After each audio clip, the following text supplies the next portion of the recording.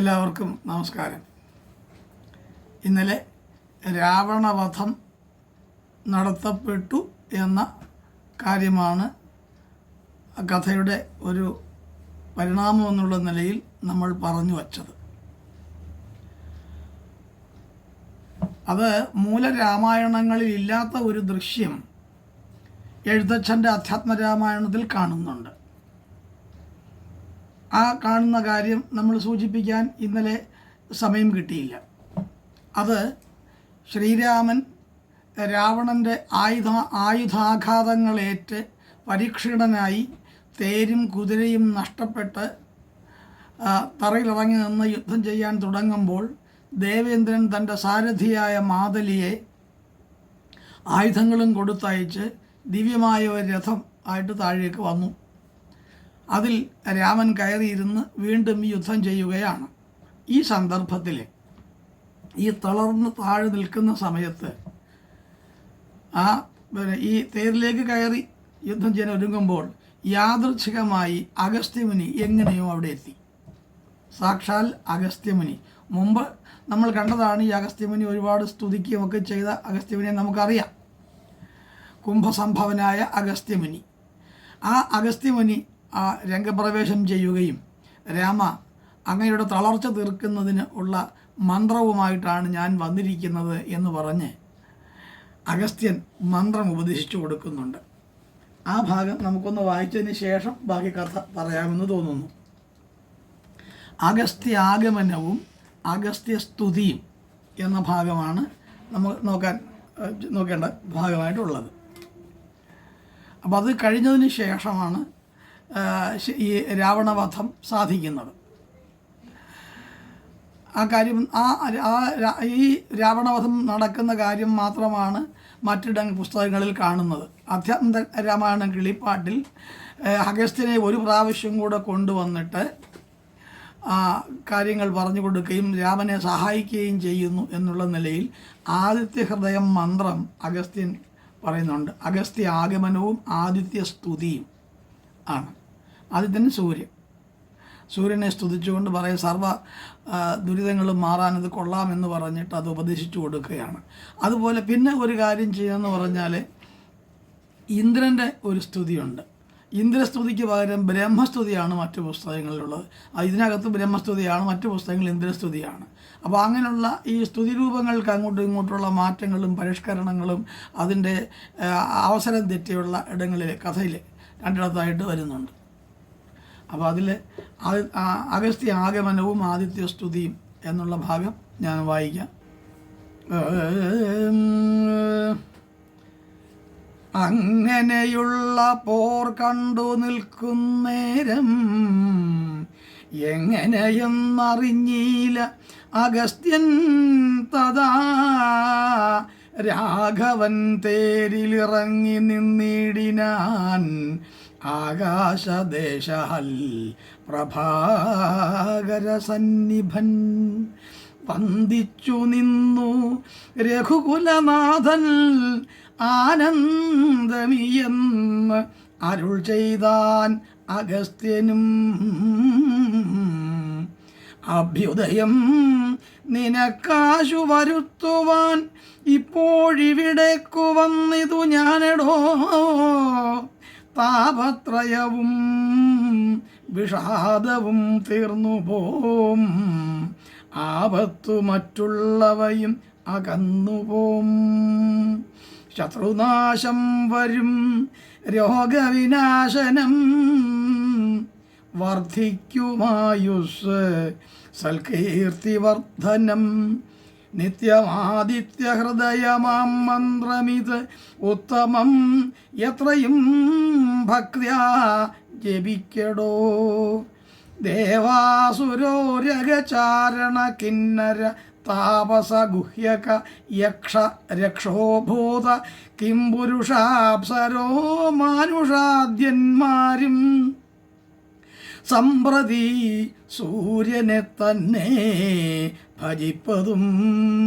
ദേവകളാകുന്നതാദിത്യനാകിയ ദേവനത്രേ 14 ലോകങ്ങളും രക്ഷിപ്പതും നിജരശ്മികൾ കൊണ്ടവൻ ഭക്ഷിപ്പതും അവൻ കൽപ്പകാലാന്തരേ ബ്രഹ്മനും വിഷ്ണുവും ശ്രീ മഹാദേവനും ഷൺമുഖൻ താനും പ്രജാപതി വൃന്ദവും ശക്രനും വൈശ്വാനരനും കൃതാന്തനും രക്ഷോവരനും വരുണനും വായുവും യക്ഷാധിപനും ഈശാനനും ചന്ദ്രനും നക്ഷത്രജാലവും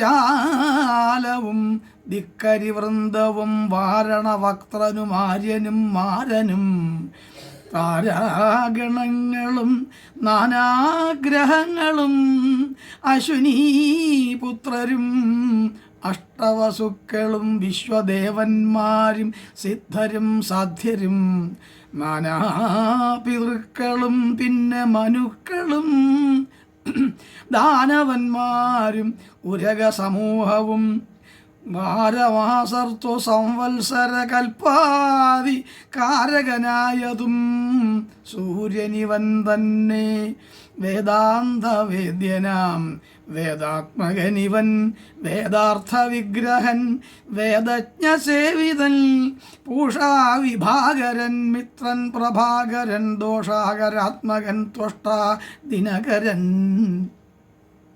ഭാസ്കരൻ നിത്യൻ അഹസ്കരൻ ഈശ്വരൻ സാക്ഷി സവിതാ സമസ്ത ലോകേക്ഷണൻ ഭാസ്വാൻ വിവസ്വാൻ നഭസ്വാൻ ഗഭസ്തിമാൻ ശാശ്വതൻ ശംഭു ശരണ്യൻ ശരണദൻ ലോകശിശിരാരി ഘോരതിമിരാരി ശോകാപഹാരി ലോകാലോക വിഗ്രഹൻ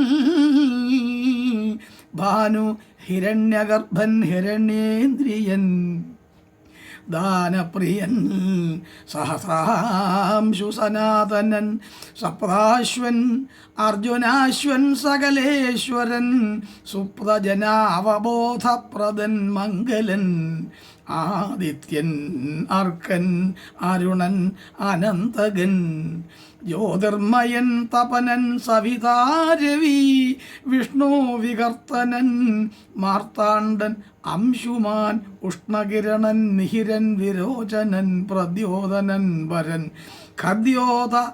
ഖദ്യോതൻ ഉദ്യോതൻ അദ്വയൻ വിദ്യാ വിനോദൻ വിഭാവസു വിശ്വസൃഷ്ടിസ്ഥിതി സംഹാരകാരണൻ വിശ്വവന്ദ്യൻ മഹാവിശ്വരൂപൻ വിഭു വിശ്വവിഭാവനൻ വിശ്വൈകനായകൻ വിശ്വാസഭക്തിയുക്താനാം ഗതിപ്രദൻ ചണ്ഡകിരണൻ തരണി ദിനമണി പുണ്ടരീക പ്രബോധപ്രദൻ ആര്യമാ ദ്വാദശാത്മാ പരമാത്മാ പരാപരൻ ആദിതേയൻ ജഗദാദിഭൂതൻ ശിവൻ ഖേദവിനാശനൻ കേവലാത്മാ ബിന്ദുനാഥാത്മകൻ നാരദാദി നിഷേവിതൻ ജ്ഞാനസ്വരൂപൻ അജ്ഞാനവിനാശനൻ ധ്യാനിച്ചുകൊള്ളുക നീ നിത്യമിദ്ദേവനെ സന്തതം ഭക്തിയാ നമസ്കരിച്ചിടുക. ആദിത്യ ഹൃദയം. സന്താപനാശകരായ നമോ നമഃ, അന്ധകാരാന്തകരായ നമോ നമഃ, ചിന്താമണേ ചിദാനന്ദായ തേ നമഃ, നിഹാരനാശകരായ നമോ നമോ, മോഹവിനാശകരായ നമോ നമഃ, ശാന്തായ രൗദ്രായ സൗമ്യായ ഘോരായ കാന്തിമതാം കാന്തിരൂപായ തേ നമഃ, സ്ഥാവരജംഗമാചാര്യായ തേ നമോ, ദേവായ വിശ്വൈക സാക്ഷിണേ തേ നമഃ, സത്വപ്രധാനായ തത്വായ തേ നമഃ, സത്യസ്വരൂപായ നിത്യം നമോ നമഃ.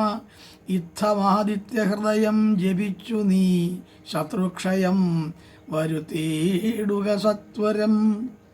ചിത്തം തെളിഞ്ഞ അഗസ്ത്യോക്തി കേട്ടെത്രയും ഭക്തി വർദ്ധിച്ചു കാകുൽസ്ഥനും കൂപ്പിനാൻ.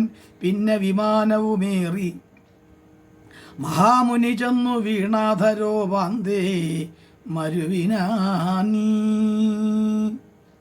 ഇത്രയുമാണ് അഗസ്ത്യ ആഗമനവും ആദിത്യസ്തുതിയും എന്ന എഴുത്തച്ഛൻ ചേർത്തിട്ടുള്ള ഭാഗം. അതിനുശേഷമാണ് രാവണനെ വധിക്കുന്നത്. ദശകന്ധരനായ ദശഗ്രീവനായ രാവണനെ വധിക്കുകയാണ്. ആദ്യം അതിന് ശ്രമിച്ചുവെങ്കിലും അത് നടക്കാതെ വന്നു. അതായത് ഓരോ തലയും മുറിച്ചിട്ടപ്പോഴും അത് വീണ്ടും കിളിർത്തു വന്നു. ഈ ശിരോഭാഗം ഇങ്ങനെ കിളിർത്തു വരുന്നതിനെക്കുറിച്ച് ബ്രഹ്മാവ് നൽകിയ വരമാണ് അതിന് കാരണമായി പറഞ്ഞു കേൾക്കുന്നത്.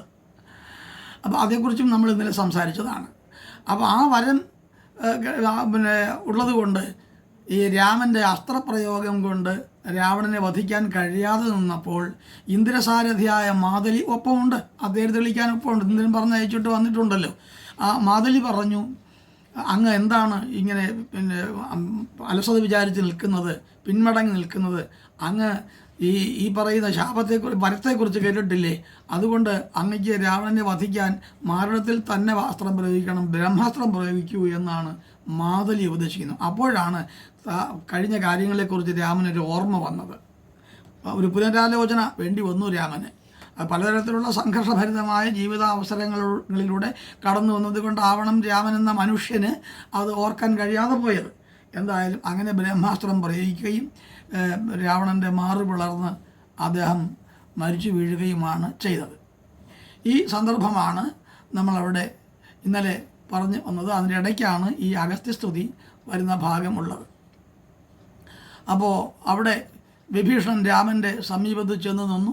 ധർമ്മത്തിനും അർത്ഥത്തിനും യോജിച്ച വിധത്തിൽ വിഭീഷണൻ ഉചിതമായി പറയുകയാണ്. രാവണൻ ക്രൂരനും അസത്യം പറയുകയും പ്രവർത്തിക്കുകയും ചെയ്യുന്നവനും ധർമ്മം ഉപേക്ഷിച്ചവനും പരസ്ത്രീകളെ ദുഷിപ്പിച്ചവനുമായ നീചനൻ ആണ്. അങ്ങനെയുള്ള ഒരാളുടെ ശേഷക്രിയയ്ക്കൊന്നും ഞാൻ ഇഷ്ടപ്പെടുന്നില്ല എന്നാണ് രാമൻ അതേക്കുറിച്ച് സംസാരിച്ചപ്പോൾ വിഭീഷണൻ മറുപടിയായി പറഞ്ഞത്. പക്ഷേ അതൊരിക്കലും ശരിയായ കാര്യമല്ല എന്ന് ഓർമ്മിപ്പിക്കുക കൂടിയാണ് രാമൻ. പിന്നെ വധിക്കപ്പെട്ട് കിടക്കുന്നയാൾ മരണാന്താനി വൈരാണി മരണാന്താനി എന്ന് പറയുന്നത് എന്ന് വെച്ചാൽ മരണത്തോടുകൂടി വൈരമെല്ലാം ശത്രുതയെല്ലാം ഇല്ലാതാവും. പിന്നെ ശത്രുവാണെന്ന് പറഞ്ഞ് കാര്യമില്ല.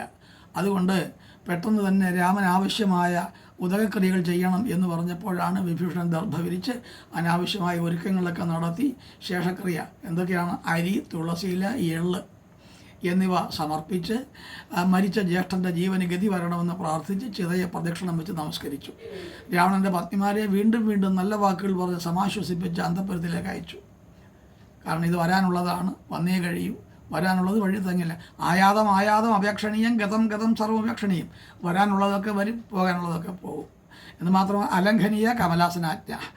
ബ്രഹ്മാവിൻ്റെ വിധിയെ ഒരിക്കലും തിരുത്തി എഴുതാൻ ആർക്കും കഴിയുകയുമില്ല. അതുകൊണ്ട് ഇന്ന കാലം വരയണം, ഇന്നതെല്ലാം ഭവിക്കണം എന്നാണ് നിയമം. അതനുസരിച്ച് സ്വാഭാവികമായിട്ട് സംഭവിച്ചതാണെന്നൊക്കെ പറഞ്ഞ് ഇവരെല്ലാം ആശ്വസിപ്പിച്ച് കൊട്ടാരത്തിലേക്ക് പറഞ്ഞയക്കുകയാണ്. എന്നിട്ട് വീണ്ടും രാമൻ്റെ അടുത്ത് ചെന്ന് പ്രാർത്ഥിക്കുന്നുണ്ട്. അനന്തരം ഹനുമാനോട് ശ്രീരാമൻ പറഞ്ഞു, വിഭീഷണൻ്റെ സമ്മതം വാങ്ങി. വിഭീഷണനെ അപ്പോഴത്തേക്കും രാജാവായിട്ട് നേരത്തെ പ്രഖ്യാപിച്ചിരുന്നതാണ്. അഭിഷേകം കാര്യമായിട്ട് നടത്തി കഴിഞ്ഞതിന് ശേഷം ലക്ഷ്മണനാണ് അഭിഷേകം നടത്തുന്നത്. അപ്പം വിഭീഷണൻ്റെ അനുവാദം വാങ്ങിയിട്ട് അങ്ങൊരു കാര്യം ചെയ്യണം, നേരെ അശോകവനത്തിൽ പോയി സീതയെ കൂട്ടിക്കൊണ്ടുവരണം. അതുവരെ സീതയെ കൂട്ടിക്കൊണ്ടുവരണമെന്നും തോന്നിയായിരിക്കും, പക്ഷേ രാവൻ പറയുന്നില്ല.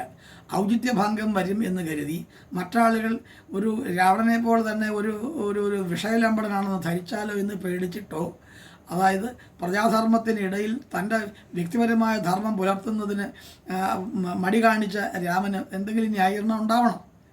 അത് വാൽമീകിയോട് ചോദിച്ചാലേ നമുക്കറിയാൻ പറ്റും. അത് നമുക്ക് സാധ്യമല്ലല്ലോ. അപ്പോൾ എന്തായാലും രാവണൻ എന്ന കഥാപാത്രത്തിൻ്റെ ഉള്ളിലിരിപ്പ് ഇപ്പോഴാണ് പുറത്തു വന്നത്. ഇതെല്ലാം കഴിഞ്ഞതിന് ശേഷം പറഞ്ഞു സീതയെ ഇങ്ങനെ കൂട്ടിക്കൊണ്ടുവരുമെന്ന് പറഞ്ഞു. അത് സ്നാനോപചാരങ്ങളെല്ലാം കഴിച്ച് സർവാഭരണ വിഭൂഷിതയായിട്ട് മാത്രമേ കൊണ്ടുവരാവൂ എന്ന് പറഞ്ഞു. അത് ഹനുമാൻ അങ്ങോട്ട് പറഞ്ഞപ്പോഴേ, അതുവരെ പറഞ്ഞില്ല. ഹനുമാൻ അങ്ങോട്ട് പറഞ്ഞു, ഇനി സീതാദേവിയെ കാണാനുള്ള അവസരമാണ്, അത് കാണാതിരിക്കരുത്, അങ്ങ് പിന്നെ അവിടുന്ന് അവിടെ ദുഃഖിച്ചിരിക്കുകയാണ് എന്നൊക്കെ പറഞ്ഞപ്പോഴാണ് ഈ വിഭീഷണൻ്റെ അനുവാദം വാങ്ങിക്കൊണ്ട് നേരെ പോയി സീതയെ ഇങ്ങനെ കൊണ്ടുവരും, സമക്ഷത്ത് ആനയിക്കണം, എല്ലാ ആളുകളും കണ്ടോട്ടെ, അത് സാരമില്ല എന്നാണ് പറഞ്ഞത്. അപ്പോൾ അവിടെ ഈ പരപുരുഷ ദർശനം രാമൻ അവിടെ പ്രശ്നമല്ലാതെ വന്നത് എന്തുകൊണ്ട് എന്നാണ് ആളുകൾ വിമർശനാത്മകമായി ചോദിക്കുന്നത്.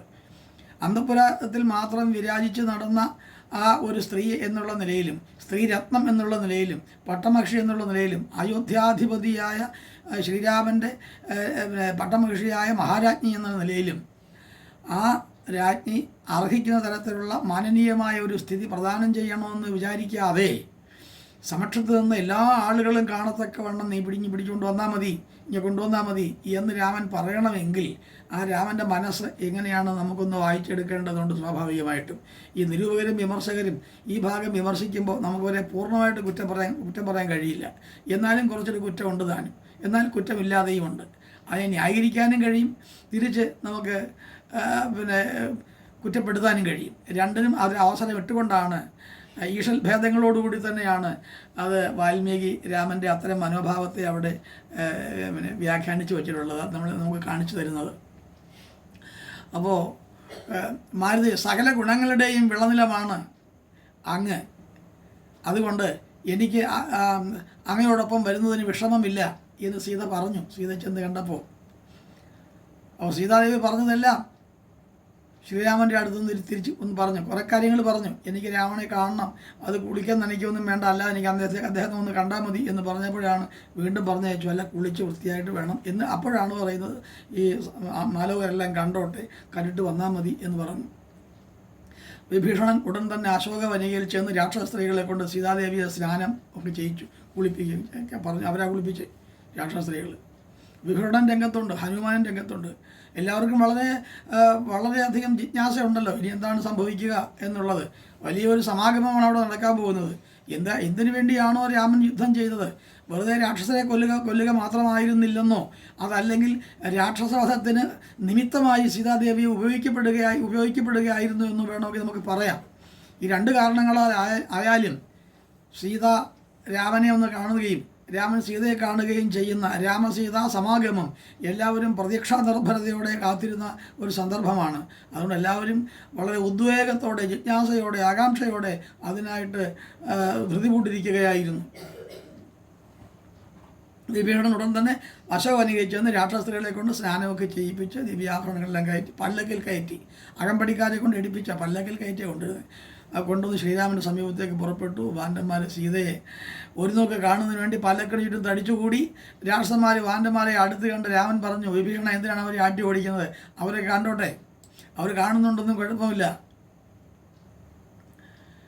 എന്ന് പറഞ്ഞു. സീത അങ്ങനെ അവിടുന്ന് ഇറങ്ങി വളരെ ലജ്ജാവനമ്രമുഖിയായി, ലജ്ജ കൊണ്ട് കുനിഞ്ഞ മുഖവുമായി, തൻ്റെ ഉടയാടയുടെ തൂമ്പ് കൊണ്ട് മുഖവും മറ്റും മറച്ചുകൊണ്ട് സീത മെല്ലെ രാമാന്തികത്തിലേക്ക് നടന്നു വന്ന് തലകുനിച്ചു നിന്നു.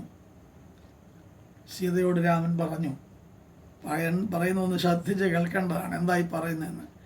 ഞാൻ എൻ്റെ പൗരുഷത്തിന് സംഭവിച്ച ഹാനിയെ തീർക്കാൻ വേണ്ടിയാണ് രാവണനെയും രാക്ഷസന്മാരെയും എല്ലാം സംഹരിച്ച് ഭവതിയെ മോചിപ്പിച്ചത്, സീതയെ നിന്നെ കൊണ്ടുവന്നത്. അല്ലാതെ ഭവതിയിലുള്ള സ്നേഹാധിക്യം കൊണ്ടൊന്നുമല്ല. നോക്കൂ എന്ത് കാര്യമാണ് പറയുന്നത്. പിന്നെ വനത്തിലെല്ലാം കിടന്ന് നിലവിളിച്ചത് ആരാ? വനത്തില്ല, സീതയെ കണ്ടില്ല നമ്മൾ നിലവിളിച്ചത് ആരാ? ഓർക്കണം, ഇപ്പോൾ സീതയോട് പറയുന്ന വാചകം ഇതാ. എത്ര പെട്ടെന്നാണ് മനുഷ്യൻ്റെ മനസ്സ് മാറുന്നത്. മനഃശാഞ്ചല്യം ഏതെല്ലാം തരത്തിലുണ്ടാവാം എന്നുള്ളതാണ് ഇവിടെ നമ്മൾ കാണുന്നത്. അതുകൊണ്ട് രാവണൻ്റെ അധീനത്തിൽ 1 കൊല്ലം ഭവതി താമസിച്ചു. അതുകൊണ്ട് അല്ലയോ സീതേ, നിന്നെ ഞാൻ ഇപ്പോൾ സ്വീകരിക്കാൻ ഉദ്ദേശിക്കുന്നില്ല. നിനക്ക് ഇനി എവിടെ വേണമെങ്കിലും പോവാം, ആരെ വേണമെങ്കിലും സ്വീകരിക്കാം. കണ്ണിൽ അസുഖം ബാധിച്ചവന്, കാമില ബാധിച്ചവന്, നേത്രരോഗം ബാധിച്ചവന് ദീപം കണ്ടാലേ കണ്ണ് പുളിക്കും, കണ്ണ് വേദന എടുക്കും, അസ്വസ്ഥത അനുഭവിക്കും, കണ്ണിങ്ങനെ ഗിരിഗിര എന്നുള്ള അസ്വസ്ഥത ഉണ്ടാവും. നേത്രരോഗം ദീപം കണ്ടാലത്തെ സ്ഥിതിയാണ്, കാണാൻ പറ്റില്ല. അതുകൊണ്ട് ആ നേത്രരോഗം കാമില ബാധിച്ചവൻ ആ കാമില രോഗം ചികിത്സിച്ച് മാറുന്നത് വരെ അയാൾ ഈ വിളക്കതൊന്നും വരില്ല, പ്രകാശം കാണുകയില്ല. കണ്ണ് പുളിക്കും. നമ്മൾ കുറേ ദിവസം ഉറങ്ങാതിരുന്ന് ഇങ്ങനെ കണ്ണ് തുറക്കുമ്പോൾ കാണാൻ പുളിക്കുമല്ലോ. അപ്പോൾ ആ ഒരു രീതിയിൽ ഉണ്ട്. അതുപോലെയാണ് എനിക്ക് കാമില ബാധിച്ചവന്, അത് നേത്രരോഗം ബാധിച്ചവൻ എങ്ങനെയാണോ ദീപത്തെ കണ്ടിട്ട് വല്ലായ്മ തോന്നുന്നത്, ആ ഉപമ പറയുന്നതിനകത്ത് ഒരു സാരസ്യമുണ്ട്. ഒരിക്കലും അത് ദീപത്തിൻ്റെ കുഴപ്പമല്ല, കണ്ണിൻ്റെ കുഴപ്പമാണ് അല്ലേ? വിളക്ക് കത്തിച്ച് വെച്ച് വിളക്കെന്തെങ്കിലും കുഴപ്പം അവിടെ ചെയ്തോ? വിളക്കവിടെ കത്തിച്ച് വെച്ചിട്ട് ആ വിളക്കിന് യാതൊരു കുഴപ്പവുമില്ല. ആ വിളക്കിൻ്റെ ദീപം നന്നായിട്ട് ജ്വലിച്ചു നിന്ന് കത്തുന്നുണ്ട്. ആ കത്തുന്ന ദീപം ഈ നേത്രരോഗിച്ചാൽ കാണുമ്പോൾ അസ്വസ്ഥത. അപ്പോൾ സീതയെ നിൻ്റെ കുഴപ്പമല്ല എൻ്റെ കുഴപ്പമാണെന്ന് രാമൻ അവിടെ വ്യംഗ്യമായി സൂചിപ്പിക്കുന്നത്. ആ അർത്ഥം അധികം ആരും കാണുന്നില്ല. എല്ലാവരും കാണുന്നത് രാമൻ അങ്ങനെ പറയാൻ കൊള്ളാവും എന്നൊക്കെയാണ്. പക്ഷേ അവിടെ ആലോചിക്കേണ്ടത് യുക്തിശാസ്ത്രപരമായി താർക്കികമായി അവിടെ ആലോചിക്കുമ്പോൾ അതിൻ്റെ ദൂരാന്വയത്തിലൂടെ നമ്മൾ അതിൻ്റെ ധ്വനി മാതൃക നമ്മൾ ആലോചിക്കുമ്പോൾ എന്താണ് അർത്ഥം? വെറുതെ പറയുകയല്ല. നേത്രരോഗിക്ക് ദീപം എന്ന പോലെ എനിക്ക് നിന്നെ കാണാൻ വയ്യാതായിരിക്കുന്നു, അതുകൊണ്ട് ഞാൻ എന്നെ സ്വീകരിക്കുന്നില്ല എന്ന് പറയുന്നതിന് കുഴപ്പം എനിക്കാണ് കുഴപ്പം. എനിക്ക് പറ്റിയ വീക്ഷണ വ്യതിയാനമാണ് ഇവിടെ സംഭവിച്ച കുഴപ്പം, അല്ല നിനക്കല്ല. നീ നിലവിളക്കിലെ ദീപം പോലെ ശുദ്ധമായി കത്തിക്കൊണ്ട് നിൽക്കുന്ന ജാജ്വല്യമാനമായ വ്യക്തിത്വമുള്ളവളാണ് സീത എന്നും കൂടിയാണ് അതിൻ്റെ വ്യംഗ്യമായ അർത്ഥപരത. അപ്പോൾ വളരെ രസകരമായ ഒരു കാര്യമാണ് ഈ അസഹ്യതയെ, ഈ ദുസ്സഹമായ അവസ്ഥയെ രാമൻ ഈ പറയുന്നതിനകത്തുള്ള ഈ കാര്യം വളരെ ശ്രദ്ധിക്കേണ്ടതാണ്. ഇത് കേട്ടുകൊണ്ട് നിന്ന് ആരൊക്കെയാ? ലക്ഷ്മണൻ കേട്ടു, വിഭീഷണൻ കേട്ടു, ഹനുമാൻ കേട്ടു, സുഗ്രീവൻ കേട്ടു, മറ്റുള്ള വാനരന്മാർ കേട്ടു, ദേവാദികളായ ആളുകൾ ആകാശത്ത് നിന്ന് കേട്ടു, സർവ്വ ആളുകൾ ഇത് കേൾക്കുകയാണ്. സീതയ്ക്ക് എന്ത് മാനക്കേടുണ്ടായി കാണും? പിന്നെ എന്തിനാണ് ഈ രാമനിത് പറഞ്ഞത്? എല്ലാവരും ഞെട്ടിത്തരിച്ചു പോയി. ശ്രീരാമൻ്റെ പരുഷമായ ഈ വാക്കുകൾ സീതയ്ക്ക് താങ്ങാൻ കഴിയുന്നതിലും എത്രയോ അധികമായിരുന്നു. ധാരധാരയായി ഒഴുകുന്ന കണ്ണീരോടുകൂടി സീത ലക്ഷ്മണനോട് പറഞ്ഞു, അനുജ എനിക്കൊരു അഗ്നികുണ്ഡം തയ്യാറാക്കൂ എന്നാണ്. അധ്യാത്മരാമായണത്തിൽ അത്രേ പറയുന്നുള്ളൂ. വാൽമീകി രാമായണത്തിൽ അങ്ങനെയല്ല. സീത അവിടെ പ്രതികരിക്കുന്നുണ്ട്. അതാണ് അവിടുത്തെ സീതയാണ് നമുക്ക് ആവശ്യം. ഇവിടെ മായാദേവിയായി നിൽക്കുന്ന സീത ഈ രാമനിൽ നിന്ന് ഈ ദുർഭാഷണം കേട്ടപ്പോൾ, അല്ലെങ്കിൽ ദുർവാക്കുകൾ കേട്ടപ്പോൾ പെട്ടെന്ന് എന്നാൽ ലക്ഷ്മണ ഒരു അഗ്നികുണ്ഡം ഉണ്ടാക്കുക, ഞാനത് ചാടി ചത്തേക്കാം എന്ന് പറയുന്ന ഒരു ഭാഗമായിട്ടാണ് അധ്യാത്മരാമായണം കിളിപ്പാട്ടിൽ പറയുന്നത്. വാൽമീകി രാമായണത്തിൽ അങ്ങനെയല്ല. ഈ സീത ഇത് കേട്ട് മിണ്ടായിരുന്നില്ല. ചോദിച്ചു, അങ്ങ് എന്തിനാണ് ഈ കാട്ടിൽ വിലപിച്ച് നടന്നത്? ഹനുമാൻ എന്നോട് വന്ന് പറഞ്ഞു, അങ്ങ് എന്തിനാണ് എന്നെക്കുറിച്ച് സങ്കടപ്പെട്ടത്? ഈ തരത്തിൽ എന്നോട് പെരുമാറാനായിരുന്നുവെങ്കിൽ അങ്ങ് എന്തിനാണ് ചെയ്തത്? മാത്രമോ ഈ രാവണനെ കൊല്ലുക എന്നുള്ള കർമ്മം ഏറ്റെടുക്കുന്നതിന് ഈ വെറും ഒരു ഉപാധിയായി എന്നെ സ്വീകരിക്കാമായിരുന്നോ? പണ്ട് മുതലേ അങ്ങ് എന്നെ അറിയാമല്ലോ. വില്ല് മുറിച്ച് അങ്ങ് എന്നെ വേട്ട കാലം മുതൽ അങ്ങയോടൊപ്പം എത്രയോ വർഷം ഞാൻ ഒരുമിച്ച് കഴിഞ്ഞു. എൻ്റെ വികാരങ്ങളും വിചാരങ്ങളും പിന്നെ ബോധ്യങ്ങളും ജീവിത ചിത്രങ്ങളും എല്ലാം അങ്ങേക്കറിയാം. അങ്ങ് അത് പരിഗണിച്ചുവോ? തെല്ലെങ്കിലും അത് കഴിഞ്ഞ് എന്നാൽ ഇപ്പോൾ അങ്ങയ്ക്ക് ഈ വീണ്ടെടുക്കാൻ ഹനുമാനെ വിടാതിരിക്കാമായിരുന്നു. രാവണനെ കൊന്നു കഴിഞ്ഞാൽ അവിടെ അങ്ങേക്ക് തിരിച്ചു പോയാൽ മതിയായിരുന്നു. രാവണനെ കൊന്നു എന്ന് പറഞ്ഞിട്ട് എന്നെ കൂടെ എന്തിനാ പിന്നെ രണ്ടാമത് വീണ്ടും വിളിച്ചത്? ഇതൊന്നും ശരിയായില്ല എന്ന് രാമനോട് പരുഷമാണെങ്കിലും ശകാരമാണെങ്കിലും അല്പം കടുപ്പിച്ചാണെങ്കിലും സീത പ്രതികരിച്ചു. അപ്പോൾ പ്രതികരിക്കാൻ അർഹമായ സന്ദർഭങ്ങളിൽ പ്രതികരിക്കാൻ കഴിയുക എന്ന് പറയുന്നത് എല്ലാവർക്കും കഴിയാത്ത കാര്യമാണ്. ഈ പറയുന്ന താൻ ഏറ്റവും അധികം വിശ്വസിക്കുകയും സ്നേഹിക്കുകയും ഉൾക്കൊള്ളുകയും ചെയ്ത ഒരാൾ സ്വന്തം പ്രാണനാഥനായ തൻ്റെ ഒരു അപരപ്രാണൻ പോലെ മാത്രം കണക്കാക്കുക താൻ ആക്ഷേപിക്കപ്പെടുകയാണ്. അതും സമക്ഷത്ത് വെച്ച്, എത്രയോ ആളുകളുടെ മുമ്പിൽ വെച്ച് ആക്ഷേപിക്കപ്പെടുകയാണ്. ഈ ആക്ഷേപ ശരം തൻ്റെ നെഞ്ചിൽ തറഞ്ഞു കയറിയത് എത്ര ആഴത്തിലാണ്, എത്ര മുറിവാണ് തൻ്റെ അകക്കാമ്പിൽ ഉണ്ടാക്കിയത് എന്ന് വേറെ ആർക്കും അറിയില്ല. അത് സീതയ്ക്ക് മാത്രമേ അറിയാവൂ.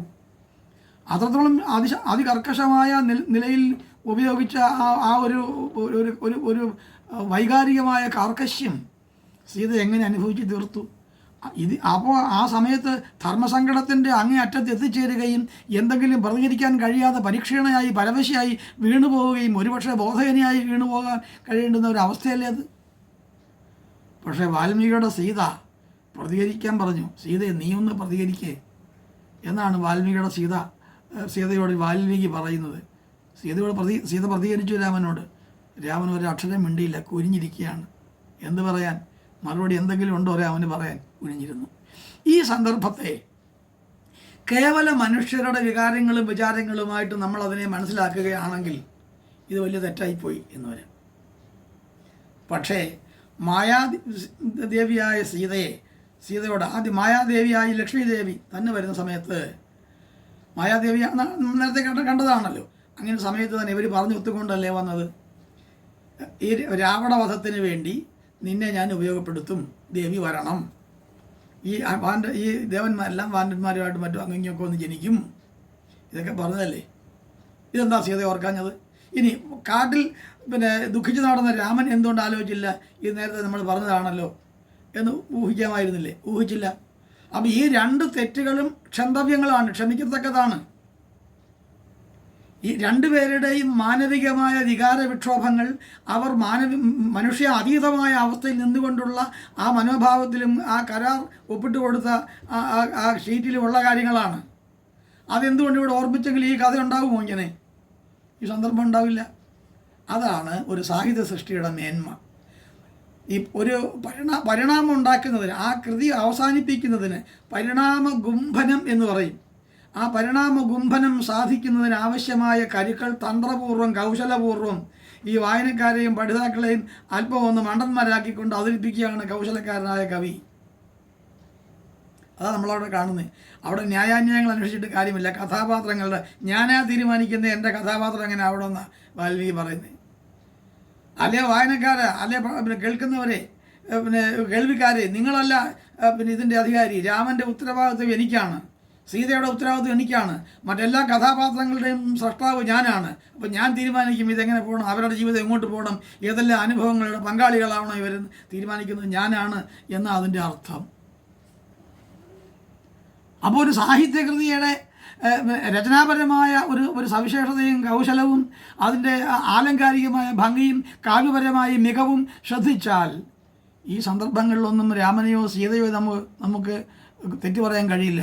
അങ്ങനൊരു കഥാപാത്രം വന്നു, നമ്മുടെ കണ്ണിൽ ഒരു രണ്ട് തുള്ളി കണ്ണീര് ഉദ്ഭവിപ്പിക്കാൻ പാകത്തിൽ ആ വൈകാരിക സംഘർഷമുള്ള വൈകാരിക ഉൽബണത എന്ന് പറയും, തീവ്ര വികാരം, ഈ ഹൈലി ഇമോഷണലൈസ്ഡ് ആയിട്ടുള്ള ആ ഒരു ഭാവം സൃഷ്ടിച്ചെടുക്കാൻ കവി ശ്രദ്ധിച്ചിരിക്കുന്നു, അതിൽ അദ്ദേഹം വിജയിച്ചിരിക്കുന്നു എന്നാണ് നാം കാണേണ്ട കാര്യം.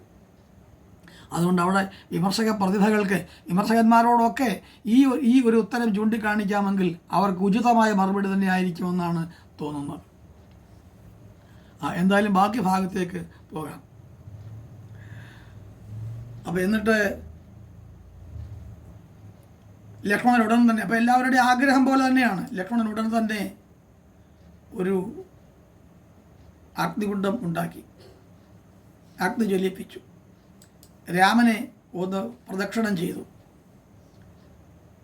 സീത, ധർമ്മവിഗ്രഹനായ രാമൻ കുനിഞ്ഞിരിക്കുക, അദ്ദേഹത്തെ ഒന്ന് പ്രദക്ഷിണം ചെയ്തു, ഇത് വലം വെച്ചു. ഈ ഹോമകുണ്ഡത്തിന് ചുറ്റും വലം വെച്ചു. തുടർന്ന് അവിടെ കൂടിയിരുന്നവരെല്ലാം നമസ്കരിച്ചു. ആകാശത്ത് ദേവാദികളുണ്ട്, ആ ദേവാദികളെയും നോക്കി നമസ്കരിച്ചു. അതിനുശേഷം അഗ്നിപ്രവേശം ചെയ്യുകയാണ് സീത. അഗ്നിപ്രവേശം ചെയ്തപ്പോൾ എല്ലാവരും അന്താളിച്ചു പോയി. ഇത്ര പെട്ടെന്ന് സീത അഗ്നിയിൽ ചാടുമെന്ന്, ആത്മാഹുതി ചെയ്യുമെന്ന് ആരും വിചാരിച്ചില്ല. ദേവാദികൾ ആരും ഇത് പ്രതീക്ഷിച്ചില്ല. നിമിഷാർത്ഥം കൊണ്ട് സംഭവിച്ചു ഇത്. ഇനി എന്ത് ചെയ്യും എന്നാണ് അന്വേഷണം. അപ്പോൾ അങ്ങനെ എല്ലാവരും വന്നുകൂടി രാമനോട് തന്നെ ചോദിക്കുകയാണ്, അങ്ങ് ഇങ്ങനെയെല്ലാം പ്രവർത്തിച്ചത് എന്തിനാണ്? ഇങ്ങനെ ചെയ്യാമായിരുന്നു? പലതരം സംശയങ്ങളാണ് പറയുന്നത്. ഈ സമയത്താണ് ദേവേന്ദ്രൻ വരുന്നു. ദേവേന്ദ്രൻ വന്ന് ഈ രാമൻ്റെ ജന്മരഹസ്യത്തെക്കുറിച്ച് ധാരാളമായി അവിടെ കൂടി നിന്നവരോടും രാമനോടായിട്ട് തന്നെയും കുറേ സംഗതികൾ വെളിപ്പെടുത്തുന്നുണ്ട്. ഈ സന്ദർഭം വാൽമീകി രാമായണത്തിൽ ബ്രഹ്മസ്തുതിയായിട്ടാണ്. ബ്രഹ്മദേവനാണല്ലോ, ബ്രഹ്മദേവൻ്റെ നേതൃത്വത്തിലാണല്ലോ രാമനോട് എല്ലാവരും കൂടി ചേർന്ന് അഭ്യർത്ഥിച്ചത്, ഈ രാക്ഷസന്മാരുടെ ശല്യം കൊണ്ട് പൊറുതിമുട്ടിയിരിക്കുകയാണ്, അതുകൊണ്ട് അതിനുള്ള പരിഹാരം ഉണ്ടാക്കി തരണം ദേവദേവ വൈകുണ്ഠനാഥ എന്നൊക്കെ പ്രാർത്ഥിച്ചല്ലോ. അപ്പോൾ അതുകൊണ്ട് വാൽമീകി അവിടെ കൊണ്ടുവന്നത് ബ്രഹ്മാവിനെയാണ്. ബ്രഹ്മാവ് പറഞ്ഞു, പരമ്പൊരുളായ അല്ലയോ ഭഗവാനെ, അവിടുത്തെ അവതാര ഉദ്ദേശം ഇവിടെ പൂർത്തീകരിച്ചിരിക്കുകയാണ് ധർമ്മവിനാശം സംഭവിച്ച ഒരു സമൂഹത്തെ ധർമ്മരക്ഷണത്തിലൂടെ, ധർമ്മ പുനഃസ്ഥാപനത്തിലൂടെ അങ്ങ് രക്ഷിക്കുകയാണ് ചെയ്തത്. ഞങ്ങൾക്ക് മാത്രമല്ല, മുനിമാർക്ക് മാത്രമല്ല, അയോധ്യാവാസികൾക്ക് മാത്രമല്ല, ലോകത്തിന് മുഴുവൻ ഈ ധർമ്മത്തിൻ്റെ മഹാകാഹളം കേൾക്കത്തക്കവണ്ണം അങ്ങനൊരു ആദർശസുന്ദരമായ ഒരവസ്ഥ ലോകത്തിന് പ്രദാനം ചെയ്യത്തക്കവണ്ണം അങ്ങയുടെ അവതാരം ഇവിടെ ഉദ്ദേശ്യസാധ്യം ആയിരിക്കുന്നു എന്നിനി സ്വധാമത്തിലേക്ക് മടങ്ങാം എന്നൊക്കെയാണ് ബ്രഹ്മാവ് ഇങ്ങനെ പറയുന്നത്. അങ്ങനെ കുറേ കാര്യങ്ങൾ പറയാം. ഇത് എപ്പോഴും അങ്ങനെയാണ്. ധർമ്മത്തെ പുനഃസ്ഥാപനം ചെയ്യുക എന്നുള്ളതാണ് എല്ലാ ഒരു അത്യാഹിതം നടന്നാൽ, ഏതെങ്കിലും ഒരു അത്യാഹിതം നടന്നാൽ ആ അത്യാഹിതത്തിന് ഒരു പരിഹാരം എന്നുള്ള നിലയിൽ ഒന്നീ കേസിന് പോകും, അതല്ലെങ്കിൽ പ്രതികാരം ചെയ്യും. ഏത് വിധത്തിലും ആ അന്തരീക്ഷത്തിന് ശാന്തത ഉണ്ടാക്കാനുള്ള കാര്യം എവിടെയും സംഭവിക്കും, എല്ലായിടവും സംഭവിക്കും. ഒരു ഉത്ഭവത്തിന് ഒരു അന്ത്യം ഉണ്ടെങ്കിലേ പറ്റൂ. ആ അന്ത്യം ഏത് തരത്തിലും ആവാം. ആ ഏത് തരത്തിലും ആവാമെന്നുള്ളത് നമ്മൾ മനുഷ്യരാണ് പറയുന്നത്. അത് മുൻകൂർ തീരുമാനിക്കപ്പെട്ടതായതുകൊണ്ട് അതിനെക്കുറിച്ച് തീരുമാനിച്ച ആളുകൾക്കൊക്കെ അറിയാം ഇതെങ്ങനെ അവസാനിക്കുമെന്ന്. നമുക്കേ ഉള്ളൂ അറിയാത്തത്. എപ്പോഴും അങ്ങനെ ഓരോ സംഭവത്തിൻ്റെ അവസാനം അങ്ങനെയാണ്, എങ്ങനെ ആയിരിക്കുമെന്ന് അറിഞ്ഞുകൂടാ. അതാ ഡിസൈഡഡ് ആണ്. ഒരു ജീവി ജനിക്കിലന്നു ദൈവം കരുതിയിട്ടുണ്ട് അവനുള്ള മൃത്യുകാലം, ഒരു ലേശം ഇതൊന്നു മാറ്റിവയ്ക്കാൻ അരുതാർക്കും വിഫലം മനുഷ്യയത്നം എന്ന് പറയും. അല്പം പോലും മാറ്റിവയ്ക്കാൻ കഴിയില്ല ആർക്കും ഒരു തീരുമാനം. അത് വിധിയുടെ തീരുമാനമാണ്. വിധിയുടെ തീരുമാനത്തിൻ്റെ മറുകരയിലേക്ക് പോകാൻ ആർക്കും കഴിയില്ല. അതിനകത്ത് അങ്ങനെ ഒതുങ്ങി നിൽക്കും. അപ്പോൾ ഇന്ദ്രൻ അടുത്ത് വന്നിട്ട് രാമനെ സ്തുതിച്ചുകൊണ്ട് പറഞ്ഞു, ഭഗവാനെ, മഹത്തായ യോഗമായ ഉപാധിയായി സ്വീകരിച്ചാണ് അങ്ങ് വെറും വിനോദത്തിനായി മാത്രം മനുഷ്യരൂപം കൈക്കൊണ്ടത്. അവിടുത്തെ ഓരോ തരം പ്രവൃത്തികൾ ശരിക്കും പറഞ്ഞാൽ അവിടുത്തെ മായാലീലകളാണ്. അത് കേട്ടും കണ്ണും മനസ്സും ഉള്ളിർത്ത ഭക്തന്മാർ ലോകത്തിൽ വളരെ ആനന്ദ സ്വരൂപന്മാരായി ഇങ്ങനെ വസിക്കുന്നുണ്ട്. ഞാൻ ഇന്ദ്രപദവിയിൽ അഭിമാനിക്കുന്നവനും അമൃതപാനം കൊണ്ട് മതിമറന്ന് സർവേശ്വരനായ അങ്ങയെ അറിയാതെയും അറിയാൻ പോലും ശ്രമിക്കാതെയും കഴിയുകയാണ്. ഇപ്പോൾ അവിടുത്തെ പാതാരബിന്ദങ്ങളെ ആശ്രയിക്കാൻ കഴിഞ്ഞതിൽ ഞാൻ ത്രൈലോക്യ ചക്രവർത്തിയാണെന്നുള്ള അഹങ്കാരമൊക്കെ എനിക്ക് നശിച്ചിരിക്കുന്നു. അങ്ങേക്ക് അപ്പുറത്തായി ആരുമില്ല എന്ന് പറഞ്ഞ് മിന്നിത്തിളങ്ങുന്ന രത്നങ്ങൾ പതിച്ച തോൾവളകൾ അണിഞ്ഞവനും ഭൂമിക്ക് ഭാരമായിരിക്കുന്ന അസുരന്മാരെയും രാക്ഷസന്മാരെയും സംഹരിച്ചവനും വളരെ സുന്ദരമായ മുഖത്തോടു കൂടിയവനും അതിശ്രേഷ്ഠമായ വ്യക്തിത്വം പുലർത്തിയവനും മഹിമാതിരേകം കൊണ്ട് ഈ എല്ലാ മഹത്വത്തിൻ്റെയും മറുകര കണ്ടവനുമായിരിക്കുന്ന അല്ലയോ ഭഗവാനെ, അവിടെ നിന്നല്ലാതെ വേറെ ആരും ഈ ലോകത്തിൻ്റെ രക്ഷിതാവായിട്ടില്ല. ശാശ്വതമായ രക്ഷ അങ്ങയുടെ പാദങ്ങളിൽ മാത്രമാണ്. അതുകൊണ്ട് അങ്ങയുടെ പാദധാരണകൾ നമസ്കരിക്കുന്നതിലൂടെയാണ് ആത്മസാഫല്യം കിട്ടുക. ഇന്ദ്രനായ എനിക്കും ഈ ദേവകൾക്കും മാത്രമല്ല, ഈ ഭൂമിയിലെ ചരാചരങ്ങളായ സർവർക്കും അങ്ങയെ ആശ്രയിച്ചാൽ മാത്രമേ സ്വസ്ഥതയും സുഖവും ശാന്തിയും കൈവരികയുള്ളൂ. അത് അങ്ങയ്ക്കും അറിയാം, ഞങ്ങൾക്കും അറിയാം, എല്ലാവർക്കും അറിയാം ഇതിപ്പോൾ. ഇനി ആ യോഗമായ ആ ഭഗവതിയെ, ആ ഈശ്വരിയെ, ആ മൂർത്തിയെ എന്ത് ചെയ്യാൻ കഴിയും? അങ്ങ് രക്ഷിക്കണം എന്ന് പറയുന്നു. അപ്പോൾ ഇത് അഗ്നികുണ്ഡത്തിലെ തീയെല്ലാം അണഞ്ഞു.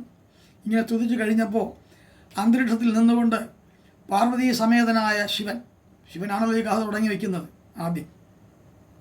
അദ്ദേഹവും, രാമ, അങ്ങയുടെ പട്ടാഭിഷേകം കാണാൻ ഞങ്ങൾ അയോധ്യയിലേക്ക് വരുന്നുണ്ട്. അതുകൊണ്ട് ഇതാ അങ്ങയുടെ അച്ഛനായ ദശരഥൻ എന്ന് പറഞ്ഞിട്ട് സ്വർഗസ്ഥനായ ദശരഥനെ താഴേക്ക് കൊണ്ടുവരികയാണ്. അതാണ് അതിനർത്ഥം ഉണ്ട്. ഈ പിതാവിന് മോക്ഷം കൊടുക്കാൻ കഴിയുന്ന കർമ്മം സഫലമായി ചെയ്തു രാമൻ എന്ന് ബോധ്യപ്പെടുത്താനും കൂടിയാണ് ഇത്. ശ്രാദ്ധാദികളായ ബലികർമാദികളായ കാര്യങ്ങളിലൂടെ പരേതാത്മാക്കൾക്ക് മോക്ഷം കിട്ടുമെന്നുള്ള ഒരു സൂചന കൂടി ഇവിടെ വിവരിക്കപ്പെടുന്നുണ്ട്, ബോധ്യപ്പെടുത്തപ്പെടുന്നുണ്ട്. അതാരും കാണാതെ പോകരുത്. അത് ഈ വ്യാഖ്യാനങ്ങളിലെങ്ങും കാണുന്നില്ല. ഈ അധ്യാത്മരാമായണത്തിൻ്റെ വ്യാഖ്യാനങ്ങളിലൊന്നും ആ ഭാഗം പറയുന്നില്ല. പക്ഷേ അത് പറയേണ്ടതാണ്. എന്തുകൊണ്ടാണ് ഈ സമയത്ത് ദശരഥനെ താഴേക്ക് കൊണ്ടുവന്നത് എന്നാണ്. ആ ദശരഥൻ ആരാണ്? പിതൃലോകത്തിലേക്ക് പോയ അല്ലെങ്കിൽ സ്വർഗാധിവാസത്തിലേക്ക് പോയ ആളാണ്. എങ്ങനെയാണ് അയാൾക്ക് പോകാൻ കഴിഞ്ഞത്? അറിയാതെയാണെങ്കിലും പാപകർമ്മങ്ങളും ദുഷ്ടകർമ്മങ്ങളും ചെയ്തു പോവുകയും കാമോദ്വേഗപരമായ ജീവിതം നയിക്കുകയും അമിതമായ പുത്രവാത്സല്യം കൊണ്ട് അന്ധത്വം ബാധിച്ചവനും ഒക്കെയാണ് ഈ ദശരഥൻ ആണല്ലോ, നമുക്കറിയാം. അങ്ങനെയുള്ള ഒരാൾക്ക് അങ്ങനെ സ്വർഗം പെട്ടെന്ന് കിട്ടുമോ? പിന്നെ കിട്ടാനുള്ള കാരണം പുന്നാമ നരകത്രായതി പുത്ര, നേരത്തെ ഞാൻ പറഞ്ഞിട്ടുണ്ട്. ആ നരകത്തിൽ നിന്ന് പിതാവിൻ്റെ ആത്മാവിന് മോചനം കൊടുത്ത് പരലോകത്തേക്ക് പറഞ്ഞയക്കാൻ ഇയാളുടെ കർമ്മം, ജീവിച്ചിരിക്കുന്ന മകൻ്റെ കർമ്മം സഫലമായി തീർന്നാൽ മാത്രമേ സാധ്യമാകൂ. വെറും പിണ്ണാക്ക് തേനിൽ കുഴിച്ച് വെച്ചാണ് പിതൃക്രിയ നടത്തിയതെങ്കിലും ആ കർമ്മം കൊണ്ട് തന്നെ ആത്മാവിന് പൂർണ്ണമായ മോക്ഷം കിട്ടിയെന്നുള്ള അവസ്ഥയാണ് നാം ഇവിടെ സൂചിപ്പിക്കുന്നത്. ശ്രാദ്ധാദികളായ ബലികർമാദികളെല്ലാം കൂടി നടത്തി കഴിഞ്ഞാൽ ഈ ആത്മാവിന് മോക്ഷം കിട്ടുമെന്നുള്ള നമ്മുടെ പരമ്പരാഗതമായ വിശ്വാസത്തിന് അടിവരയിടുന്ന തരത്തിലുള്ള ഒരു സന്ദർഭമാണ് ഇവിടെ ദശരഥൻ്റെ ആഗമനം കൊണ്ട് പ്രത്യേകമായി സൂചിപ്പിക്കപ്പെടുന്നത്. ആ അവസ്ഥ മറന്നുകൂടാ. അപ്പോൾ അതുകൊണ്ട് അത് എന്തിനാണ് ഇതിപ്പോൾ ഓർമ്മിച്ച് പറഞ്ഞതെന്ന് വെച്ചാൽ, നമ്മൾ ഹൈന്ദവരായ എല്ലാ ആളുകളും പിതൃകർമ്മങ്ങൾ ചെയ്യാറുണ്ട്. അവർ പല ആളുകൾ തന്നെ ചെയ്യാതിരിക്കുന്നുണ്ട്. എന്താ ചെയ്യുന്നതെന്ന് ചോദിക്കാറുണ്ട്, ഒക്കെ ഉണ്ട്. അങ്ങനെ ചോദിക്കുന്നവർക്ക് രാമായണത്തിൽ നിന്ന് ഇതാ ഒരു മറുപടി നമുക്ക് ബാക്കി വയ്ക്കാൻ കഴിയുന്നുണ്ട്. അത് സശ്രദ്ധം പരിഗണിക്കേണ്ടതാണ്. എന്തായാലും അങ്ങനെ ദശരഥൻ അങ്ങയുടെ അച്ഛൻ ഇതാരാ കൊണ്ടുവരുന്നത്? സാധാരണ ആളൊന്നുമല്ല, സാക്ഷാൽ പരമേശ്വരനാണ്, ശിവനാണ് കൊണ്ടുവരുന്നത്. ശിവൻ കൊണ്ട് ഹിംസാശീലോ സിംഹശബ്ദവും നേരത്തെ പറഞ്ഞിട്ടുണ്ട്. വശിത്വശീലമുള്ളവനാണ് ശിവൻ. വശി എന്നുള്ള വാക്ക് തിരിച്ചിട്ടാൽ ശിവ എന്നാവും. സിംഹ എന്നുള്ള വാക്ക് തിരിച്ചിട്ടാണ് ഹിംസ വരുന്നത്. സിംഹത്തിൻ്റെ സ്വഭാവം ഹിംസയാണല്ലോ, അതിനെ ഉപദ്രവിക്കുകയും കൊല്ലുകയും ചെയ്യുന്നതാണ് സിംഹത്തിൻ്റെ സ്വഭാവം. അതുപോലെ വശിത്വശീലമുള്ളവനാണ് ശിവൻ. ആ ശിവത്വമാണ്, ആ മംഗളസ്വരൂപമാണ്, എല്ലാവർക്കും സാഫല്യം കൊടുക്കുന്ന സംഹാരമൂർത്തിയായ, എല്ലാത്തിനെയും പ്രപഞ്ച ഘടനയിലേക്ക് തന്നെ വിലയിപ്പിച്ച് ചേർക്കാൻ കഴിയുന്ന ഒരു സംഹാരക ബോധമുള്ള ദേവതാധിപത്യമാണ് ആ ശിവത്വത്തിനുള്ളത്. അത് സർവമംഗളകാരിയാണ്. അതായത് ജന്മജന്മാന്തരങ്ങളായി അനുഭവിച്ച ദുഃഖാനുഭവങ്ങളിൽ നിന്നെല്ലാം, സംഘർഷഭരിതമായ ജീവിതാനുഭവങ്ങളിൽ നിന്നെല്ലാം ആ ജീവനെ മോചിപ്പിച്ചെടുക്കാൻ കഴിയുന്ന ഒരാൾ, സർവ്വ ആളുകൾക്കും മോക്ഷം കൊടുക്കാൻ കഴിയുന്ന മോക്ഷപ്രദായകമായ മനോഭാവം പുലർത്തുന്ന ദേവതാസങ്കല്പമാണ് ശിവൻ. അതുകൊണ്ടാണ് ആ ശിവൻ്റെ കയ്യിൽ തന്നെ ഈ ദശരഥനെ കൊടുത്തയക്കുന്നത്. വിധിയുടെ ഓരോ തീരുമാനങ്ങളാണ്. അങ്ങനെയാണ് ഈ ശിവൻ അവിടെ, ഈ പരമേശ്വരനായ പരമശിവൻ അവിടെ കൊണ്ടുവരുന്നത്. ഇത് അങ്ങയുടെ അച്ഛനായ ദശരഥൻ, അദ്ദേഹത്തെ കണ്ടാലും ശ്രീരാമൻ മേലോട്ട് നോക്കി വിമാനത്തിലിരിക്കുന്ന, ആകാശത്തിൽ വിമാനത്തിൽ ഇരിക്കുന്ന അച്ഛനെ കണ്ടു. ദശരഥൻ്റെ വിമാനം താഴോട്ടിറങ്ങി വന്നു. രാമനും ലക്ഷ്മണനും അച്ഛൻ്റെ കാൽക്കൽ നമസ്കരിച്ചു. ദശരഥൻ രാമനെ വാരിയെടുത്ത് ശിരസിൽ ഉമ്മ വച്ചു. ഗാഠഗാഠം പുണർന്നു എന്നാണ്. മകനെ, നീ എന്നെ ഘോരമായ സംസാരത്തിൽ നിന്ന് കരകയറ്റിയിരിക്കുന്നു. സംസാര ദുഃഖം, സംസാര ദുരിതം, അതിൽ നിന്ന്, ഈ സംസാരത്തിൽ വരുന്ന, എനിക്ക് അനുഭവിക്കേണ്ടി വരുന്ന എല്ലാ ദുരിതങ്ങളിൽ നിന്നും രക്ഷപ്പെട്ട് എന്നെ പർജന്യ ലോകത്തിലേക്ക് പറഞ്ഞയച്ചിരിക്കുന്നു. പർജന്യ ലോകം എന്നാണ്, പിതൃലോകത്തിന് മുകളിലാണത്. ആ പർജന്യ ലോകത്തിലേക്ക് പോകുമ്പോൾ സുഹൃതിയാവുന്നു എന്നാണ് സങ്കല്പം. ആ പർജന്യ ലോകത്തിലേക്ക് അത് കരകയറ്റിയിരിക്കുന്നു എന്ന് പറഞ്ഞ ഉദ്ദേശം അതാ. ഇങ്ങനെ പറഞ്ഞ് രാമനെ വീണ്ടും വീണ്ടും ആലിംഗനം ചെയ്ത് ദശരഥൻ സ്വർഗത്തിലേക്ക് തന്നെ തിരിച്ചുപോയി. എനിക്ക് വേണ്ടി ജീവത്യാഗം ചെയ്ത വാണ്ടന്മാരെ അമൃതവർഷം കൊണ്ട് ജീവിപ്പിക്കൂ എന്ന് ഈ ഇന്ദ്രനോട് അവസാനമായി രാമൻ പറഞ്ഞു. ഇനി അതാണ് എനിക്ക് വേണ്ടതെന്ന് പറഞ്ഞു. നേരത്തെ പറഞ്ഞല്ലോ, ദേവന്മാർ വാണ്ടന്മാരായിട്ട് ജനിച്ചതാണെന്ന് പറഞ്ഞിരുന്നു. ആ മരിച്ചുപോയ ഒരുപാട് ആളുകൾ കൊല്ലപ്പെട്ടു. യുദ്ധത്തിൽ ഒരുപാട് ആയുധഹതിയേറ്റും അല്ലാതെയും ഒക്കെ ഒരുപാട് ആളും ചതഞ്ഞു വരഞ്ഞൊക്കെ മരിച്ചുപോയി. അവരെല്ലാം ജീവിപ്പിക്കുന്നു ഇന്ദ്രനോട് പറഞ്ഞു. ഉടനെ അങ്ങനെ തന്നെ സംഭവിക്കട്ടെ എന്ന് പറഞ്ഞ് അമൃത് വർഷിച്ചു ഇന്ദ്രൻ. അങ്ങനെ യുദ്ധത്തിൽ മരിച്ച വാണ്ടന്മാരെല്ലാം ഉറക്കത്തിൽ നിന്ന് ഉണർന്നവരെ പോലെ ജീവിച്ചെഴുന്നേറ്റു. അമൃതവർഷം ഉണ്ടായെങ്കിലും മരിച്ച രാക്ഷസന്മാരാരും ജീവിച്ചെഴുന്നേറ്റില്ല. അത് മരിച്ച വാണ്ടന്മാർ ജീവിച്ചെഴുന്നേറ്റത് രാമൻ്റെ സങ്കല്പം കൊണ്ടാണ് എന്നാണ്. ആ സങ്കല്പം ഒരിക്കലും ഈ രാക്ഷസന്മാർ ഉണർന്ന് എഴുന്നേൽക്കുന്നതിന് കാരണമായില്ല എന്ന് കൂടിയാണ് അതിൻ്റെ അർത്ഥം. രാക്ഷസന്മാർ ജീവിച്ചെഴുന്നേൽക്കണമെന്ന് രാമൻ സങ്കല്പിച്ചില്ല. അതാണ് അവർ ജീവിച്ചെഴുന്നേൽക്കാഞ്ഞത്. അതൊരു ചോദ്യം ഉണ്ട് ആളുകൾക്ക്. എന്തുകൊണ്ടാണ് ഇന്ദ്രൻ തളിച്ച ഈ അമൃത ബിന്ദുക്കൾ അമൃത സേചനം നടത്തി അതിൻ്റെ തുള്ളി ഇങ്ങനെ തളിച്ചപ്പോൾ ആ തളിച്ചത് ഈ ചത്തു കിടന്ന രാക്ഷസന്മാരും ചത്തു കിടന്നില്ലേ? അവരുടെ ദേഹത്ത് എന്താ വീഴഞ്ഞത്? അല്ലെങ്കിൽ വീണിട്ടെന്താ അവർ എഴുന്നേക്കാഞ്ഞത്? എന്താ ഈ വാണ്ടന്മാർ മാത്രം എണ്ണിച്ച് ദേവലോകത്തേക്ക് പോയ ദേവന്മാരായിട്ട് പരിണമിച്ച് മാറിപ്പോയത് എന്താ?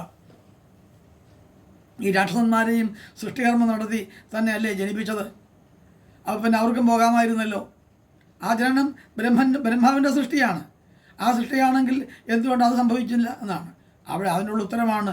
രാമൻ ഈ ഇന്ദ്രൻ ഈ അമൃത തളിച്ചുവെങ്കിലും രാമൻ മനസ്സിൽ സങ്കല്പിച്ചു ഈ വാണ്ടന്മാരെല്ലാം അവിടെ നിൽക്കണമെന്ന് ആത്മാർത്ഥമായിട്ട് ആഗ്രഹിച്ചു. അപ്പം നമ്മുടെ കർമ്മങ്ങൾ ആത്മാർത്ഥമായി ആത്മാർപ്പണത്തോടെ സമർപ്പയാമി എന്നാണ്. കായേന വാച മനസേന്ദ്രിയർവ ബുദ്ധ്യാത്മനാവ പ്രകൃതി സ്വഭാവ കരോമ്യത്തിൽ സകലം പരസ്മൈ നാരായണ ഇതി സമർപ്പയേത് അല്ലെങ്കിൽ സമർപ്പയാമി എന്നുള്ള സങ്കല്പമാണ്. അപ്പോൾ നാരായണ ഇതി സമർപ്പയേത്, നാരായണനായി സമർപ്പിക്കുന്നു അല്ലെങ്കിൽ സമർപ്പിക്കൂ എന്ന് വരണം. അങ്ങനെ സമർപ്പിത ചേതസ്സായി പ്രാർത്ഥനാദികൾ നടത്തിയാൽ അത് തീർച്ചയായും സംഭവിക്കും എന്നുള്ളതിൻ്റെ സൂചന കൂടിയാണ് രാമൻ്റെ മാനസിക സങ്കല്പത്തിലൂടെ, മാനസികമായ ഒരു സങ്കല്പപരതയിലൂടെ ഈ വാൻഡന്മാർ ഉണർന്നു നിൽക്കുന്നു എന്ന് പറയുന്ന കഥാഭാഗം. എല്ലാത്തിനും യുക്തിയുണ്ട്. രാമായണത്തിൽ വാൽമീകി എഴുതിയ അല്ലെങ്കിൽ അധ്യാത്മരാമായണകാരൻ എഴുതിയ കാര്യങ്ങളാണെങ്കിലും അതിനെല്ലാം നമ്മുടെ കാണാമറയത്ത് ഒരു യുക്തി ഇരിപ്പുണ്ട്. അതിനെ ചികഞ്ഞെടുക്കുകയേ വേണ്ടൂ. അതിനെ രഹസ്യമായിട്ട് വെച്ചിരിക്കുന്നതിനെ നമ്മൾ കണ്ടുപിടിക്കണം. ഒരു CID മനസ്സോടെ നമ്മളവിടെ പോകണം. രഹസ്യാന്വേഷക സ്വഭാവത്തോടെ പോയി അത് കണ്ടുപിടിക്കണം. നമ്മുടെ യുക്തിയും ധാരണയും ബുദ്ധിയും തിദിക്ഷയും ആഗ്രഹവും താല്പര്യവും അനുസരിച്ച് നമ്മളത് കണ്ടുപിടിക്കണം. കണ്ടുപിടിച്ചാലേ സത്യമായി വെളിപ്പെടുകയുള്ളൂ. അങ്ങനെ വെളിപ്പെട്ട് കിട്ടിയില്ലെങ്കിൽ രാമായണം ഒന്നും പഠിച്ചിട്ടില്ല. അതുകൊണ്ടാണ് വെളുക്കോളൻ രാമായണം വായിച്ചിട്ട് സീതാരാമൻ്റെ ആരാന്ന് പറഞ്ഞ പെങ്ങളാന്ന് പറഞ്ഞ് അങ്ങനെ ആളുകൾ പറഞ്ഞൊരു കഥ കേട്ടിട്ടുണ്ട്. അപ്പോൾ അതല്ല വേണ്ടത്. ഇതിനകത്തുള്ള വസ്തുത എന്താണെന്നുള്ളത് നമ്മൾ ആരാഞ്ഞറിയണം, അന്വേഷണം വേണം. നിരന്തരമായ ഉപാസനയും അന്വേഷണവും വേണം. വേറൊരു കൃതിയല്ല ഇതൊരു ഭക്തി സാഹിത്യ കൃതിയാണ്. ഇത് വളരെ ബുദ്ധിപരമായി ഉണ്ടാക്കിയെടുത്ത ഒരു കൃതിയാണ്, കാവ്യമാണ്. കാവ്യം യശസേ അർത്ഥകൃതേ ശിവേ ഇതരക്ഷയേ എന്നാണ് കാവ്യത്തിൻ്റെ പ്രയോജനത്തെക്കുറിച്ച് പറയുന്നത്. കാവ്യം യശസ്സേ, ഒരു കവി എഴുതിയാൽ, ഒരു സാഹിത്യകാരൻ ഒരു കൃതി എഴുതിയാൽ അത് അയാൾക്ക് പ്രശസ്തി ഉണ്ടാക്കി കൊടുക്കും. യശസ്സേ അർത്ഥകൃതേ, അർത്ഥകൃത എന്ന് പറഞ്ഞാൽ ധനം സമ്പാദിച്ചു കൊടുക്കും. അതായത് ലൗകികമായി നിലനിൽക്കുന്നതിന് ആവശ്യമായ കരുക്കൾ നൽകും എന്നർത്ഥം. അത് കൊടുക്കും. ശിവേ, ശിവം എന്ന് പറഞ്ഞാൽ മംഗളം, ഐശ്വര്യം ഉണ്ടാകും, എന്നെന്നും നിൽക്കുന്ന ഐശ്വര്യം ഉണ്ടാക്കി കൊടുക്കും. ഇതരക്ഷയേ, ഇതല്ലാത്ത കാര്യങ്ങളെല്ലാം ക്ഷയിച്ചു പോകും, അശുഭങ്ങളായതെല്ലാം ക്ഷയിച്ചു പോകും എന്നാണ് ഒരു കാവ്യത്തിൻ്റെ കാവ്യ പ്രയോജനത്തെക്കുറിച്ച് പറയുന്ന ഭാഗം അതാണ്. കാവ്യം യശസേ അർത്ഥകൃതേ ശിവേ ഇതരക്ഷയേ എന്ന് പറയും. അപ്പോൾ ആ നിലയിലെല്ലാം നമ്മൾ പരിഗണിക്കണം. അപ്പോൾ ഒരു ഈശ്വരാത്മകമായ നിർദ്ദേശങ്ങളും അനുഷ്ഠാനങ്ങളും ആഹ്വാനങ്ങളും ഉപദേശങ്ങളുമാണ് എന്നുള്ളതോടൊപ്പം അതൊരു സാഹിത്യകൃതിയാണ് എന്നുള്ള മനോഭാവം, അത് നമുക്ക് ആരാഞ്ഞറിയേണ്ട എക്കാലത്തെയും മനുഷ്യജീവിതത്തിന് ആവശ്യമായ മൂല്യസങ്കല്പങ്ങളെ ശരിയായിട്ട് പറഞ്ഞു തരുന്ന ഒരു കൃതിയാണെന്നുള്ള അറിവ്, അന്വേഷണാത്മകമായി നമ്മുടെ ബുദ്ധി ഉപയോഗിച്ചത് കണ്ടെത്താനുള്ള ആ അവസരം ഉപയോഗിക്കണമെന്നുള്ള നിർദ്ദേശം, ഇത്രയും കാര്യങ്ങൾ ഈ കൃതിക്ക് പിന്നാലെയുണ്ട്, ഈ കൃതിയിലുണ്ട്. അതുകൊണ്ടൊക്കെയാണ് ഇത് മഹത് കാവ്യമാണ് എന്ന് പറയുന്നത്. അതുകൊണ്ടൊക്കെയാണ് ഈ കൃതികൾ നിലനിൽക്കുന്നത്. അജരാമരമായി നിലനിൽക്കാനുള്ള കാരണം അതാണ്, അങ്ങനെയുള്ള കാര്യമാണ്. അപ്പോൾ അങ്ങനെ അങ്ങയുടെ മനസ്സിൽ പൂർണ്ണമായിട്ടും തോന്നി എന്നുള്ളതാണ് ഈ വാൻഡന്മാരെ ഉണർന്നു നിൽക്കാനുള്ള കാര്യം. അത് കഴിഞ്ഞിട്ട് എല്ലാവരും വളരെ സന്തോഷപരമായ ഒരവസ്ഥ ഉണ്ടാവുകയും അതിവേഗത്തിൽ ഹനുമാൻ ആകാശമാർഗത്തിലൂടെ നന്ദിഗ്രാമത്തിലേക്ക് പുറപ്പെട്ട് ഭരതനോട് വൃത്താന്തം അറിയിക്കുകയാണ്. അത് രാവണവധം കഴിഞ്ഞിരിക്കുന്നു, സീതയെ വീണ്ടും അയോധ്യയിലേക്ക് കൊണ്ടുവരികയാണ്. അതായത് സീതയെ പുനരാർജിച്ചിരിക്കുന്നു, ലങ്കയിൽ നിന്ന് രാക്ഷസവംശ വിനാശനം സാധിച്ചിരിക്കുന്നു, രാവണാദികളെല്ലാം കൊല്ലപ്പെട്ടു, എല്ലാ കാര്യങ്ങളെല്ലാം പറയുകയാണ്. വിവരങ്ങളെല്ലാം പറയാൻ വേണ്ടി വളരെ പെട്ടെന്ന് ആകാശമാർഗത്തിലൂടെ ഹനുമാൻ ഈ വളരെ പറയുന്നത് ശരവേഗത്തിലാണ് ചെല്ലുന്നത്. ആകാശമാർഗത്തിലൂടെ നന്ദിഗ്രാമത്തിലേക്ക് പുറപ്പെട്ടു. രാമതീർത്ഥത്തെയും സരയൂ നദിയെയും കടന്ന് ഹനുമാൻ നന്ദിഗ്രാമത്തെത്തി. അയോധ്യയിൽ നിന്ന് 4 യോജന ദൂരത്താണ് നന്ദിഗ്രാമം. അവിടെ ഒരു ചെറിയ പർണശാലയിൽ ധ്യാനനിഷ്ഠനായിരിക്കുന്ന ഭരതനെ ഹനുമാൻ കണ്ടു.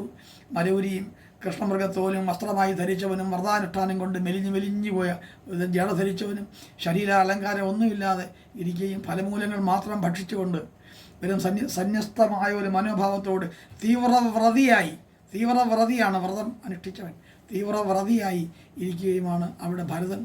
ശ്രീരാമപാദകങ്ങളെ സാക്ഷി നിർത്തി രാജ്യഭാരം നിർവഹിച്ചുകൊണ്ടിരിക്കുകയാണ് അദ്ദേഹം. അങ്ങനെയുള്ള ആളുടെ അടുത്തേക്കാണ് ചെന്നത്.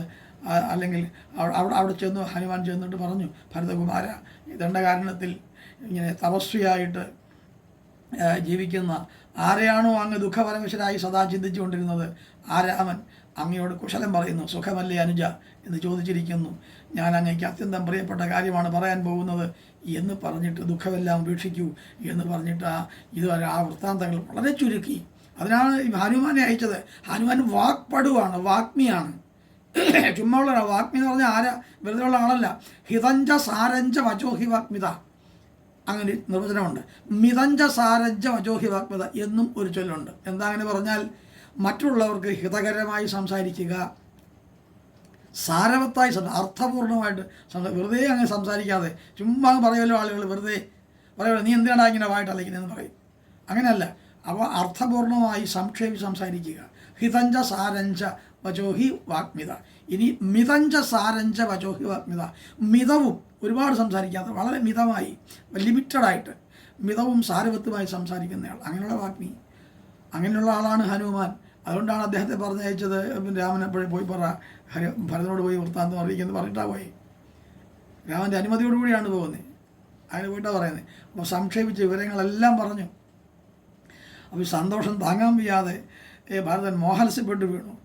ഇതാ എൻ്റെ ജ്യേഷ്ഠൻ ഇപ്പോഴെത്തും. തൊട്ടപ്പുറത്ത് അഗ്നികുണ്ടം കൂട്ടിയിട്ടിരിക്കുക ചാടാൻ. 14 വർഷം തികയുന്ന ദിവസം വന്നില്ലെങ്കിൽ ഞാൻ അഗ്നിപ്രവേശം ചെയ്യും ജ്യേഷ്ഠ എന്ന പ്രതിജ്ഞയാണ്. ആ 14 വർഷം തികയുന്ന ദിവസമാണിത്. ആ ദിവസം വരുന്നു. അഗ്നികുണ്ടം ജ്വലിച്ചു നിൽക്കുന്നു. ഭരതൻ വെറുതെയായിരിക്കുന്നു. ധ്യാനനിമഗ്നനായിരുന്ന അദ്ദേഹം ഉണർന്നിട്ട് ചാടാനുള്ള തയ്യാറെടുപ്പ്, മാനസികമായി തയ്യാറെടുക്കുകയാണ്. ആ സമയത്ത് തന്നെ ഹനുമാൻ അവിടെ എത്തി. സന്തോഷകരമായ വർത്തമാനം അറിയിക്കുന്നു. ഈ വൃത്താന്തമെല്ലാം കേട്ടിട്ട് സന്തോഷചിത്തനായി, സന്തോഷം സഹിക്കാൻ വയ്യ. അങ്ങനെ ദുഃഖത്തിൻ്റെ മാത്രമല്ല കണ്ണീര്, സന്താപത്തിനുമുണ്ട് കണ്ണീര്. കൃഷ്ണൻ കരഞ്ഞില്ലേ പണ്ട് ഈ കുചേലനെ കണ്ടിട്ട്? തസ്യ ദൈന്യം കണ്ടിട്ടുള്ളിലുണ്ടായ സന്താപം കൊണ്ടോ എന്തുകൊണ്ടോ ശൗരി കണ്ണുനീരണിഞ്ഞു എന്നാണ്. അന്തണനെ കണ്ടിട്ട്, അന്തണനായ ബ്രാഹ്മണൻ, അന്തണനെ കണ്ടിട്ടുള്ളിലുണ്ടായ സന്തോഷം കൊണ്ടോ ഈ ബ്രാഹ്മണനായ തൻ്റെ കൂട്ടുകാരനായ തൻ്റെ സഹപാഠിയായ ആ ബ്രാഹ്മണനായ കുചേലനെ, അതേ സുദാമാവിനെ കണ്ടിട്ടോ? കാണാതിരുന്ന് കാണുക, കണ്ടിട്ടാണോ? അതോ അത് അദ്ദേഹത്തിൻ്റെ ദയനീയമായ ജീവിത പരിസ്ഥിതി ഉള്ളിൽ മനസ്സിലാക്കിയിട്ടാണോ? ചെന്താമരക്കണ്ണനുണ്ടോ അതിനു മുമ്പ് കരഞ്ഞിട്ടുള്ളൂ, ഇപ്പം കരഞ്ഞു. അന്തണനെ കണ്ടിട്ടുള്ളിലുണ്ടായ സന്താപം കൊണ്ടോ, തസ്യ ദൈന്യം കണ്ടിട്ടുള്ളിലുണ്ടായ സന്താപം കൊണ്ടോ, എന്തുകൊണ്ടോ ശൗരി, എന്തുകൊണ്ടാന്ന് കവിക്ക് അറിഞ്ഞൂടാ. എന്തുകൊണ്ടോ ശൗരി എന്ന് പറഞ്ഞാൽ കൃഷ്ണൻ കണ്ണുനീരണിഞ്ഞു. ധീരനായ ചെന്താമരക്കണ്ണനുണ്ടോ കരഞ്ഞിട്ടുള്ളൂ മുമ്പ് എപ്പോഴെങ്കിലും? കരയുള്ള അന്നേരമാണ്. കുചലവൃത്തം വഞ്ചിപ്പാടിലുള്ളതായി വരി. അപ്പോൾ അങ്ങനെ ആണ് ഇവിടെ ഭരതനും സന്തോഷാധിക്യം കൊണ്ട് കണ്ണീരണിഞ്ഞു പോയി. എൻ്റെ ജ്യേഷ്ഠൻ മടങ്ങി വന്നിരിക്കുന്നു എന്നാണ്. അല്പസമയം കഴിഞ്ഞ് ബോധം തെളിഞ്ഞ് എഴുന്നേറ്റ ഭരതൻ തനിക്ക് ഏറ്റവും പ്രിയപ്പെട്ട വർത്തമാനം അറിയിച്ച ഹനുമാനെ മാറോട് ചേർത്ത് ഗാഠഗാഠം ആലിംഗനം ചെയ്തു. എൻ്റെ ദുഃഖം കണ്ട് മനസ്സലിഞ്ഞ് എന്നെ സമാധാനിപ്പിക്കാൻ വന്ന് അങ്ങ് ആരാണ്? ദേവനാണോ? ഹനുമാനെ മുമ്പേ കണ്ടിട്ടില്ലല്ലോ. അതോ മനുഷ്യനാണോ? ഈ പ്രിയവർത്തമാനം അറിയിച്ച അങ്ങയ്ക്ക് 1,00,000 പശുക്കളെയും 100 ഗ്രാമങ്ങളെയും സർവ്വ അലങ്കാരഭൂഷിതകളായ 16 കന്യകമാരെയും ഞാൻ തരുന്നുണ്ട്. കന്യകമാരെ തരുന്നത് എന്തിനാ? പിന്നെ അങ്ങയ്ക്ക് ആവശ്യമായ ശുശ്രൂഷകൾ ചെയ്യാനാണ്, അല്ല ഭാര്യ സ്വഭാവത്തിൽ അയക്കാനല്ല. കാരണം ഇങ്ങനെ നിത്യബ്രഹ്മചാരിയാണ്. അപ്പോൾ എങ്ങനെ ചിലയിടങ്ങളിൽ പറയുന്നുണ്ട് ഹനുമാൻ വിവാഹം കഴിച്ചിട്ടുണ്ടെന്ന്. എന്നാലും മിക്കയിടങ്ങളിലും ഹനുമാനെ നമ്മൾ ബ്രഹ്മചാരിയായിട്ട് തന്നെയാണ് കാണുന്നത്. എൻ്റെ എല്ലാമായ ജ്യേഷ്ഠൻ കാട്ടിലേക്ക് പോയിട്ട് അനേകം വർഷങ്ങളായി. ഇത്രയും കാലത്തിന് ശേഷം ഇന്നാണ് ഞാൻ ജ്യേഷ്ഠനെ പറ്റി കേൾക്കുന്നത്. ലോകത്തിൽ ഇങ്ങനെ പഴഞ്ചൊല്ലുണ്ട്, ദുഃഖം മാത്രം അനുഭവിച്ച് കഴിയുന്നവന് 100 സംവത്സരം കഴിഞ്ഞാലെങ്കിലും ചിലപ്പോൾ സുഖം വന്നു ചേരും. എപ്പോഴെങ്കിലും ഒരു നാൾ നമ്മൾ പറയാറില്ലേ, എൻ്റെ ഒരു ദിവസം വരും. ഏത് പട്ടിക്ക് കൊണ്ടാ അവരാൾ ഒരു ദിവസം എന്ന് പറയും. ഗ്രാമ്യമായിട്ടുള്ള ശൈലിയിൽ പറയാറുണ്ട്.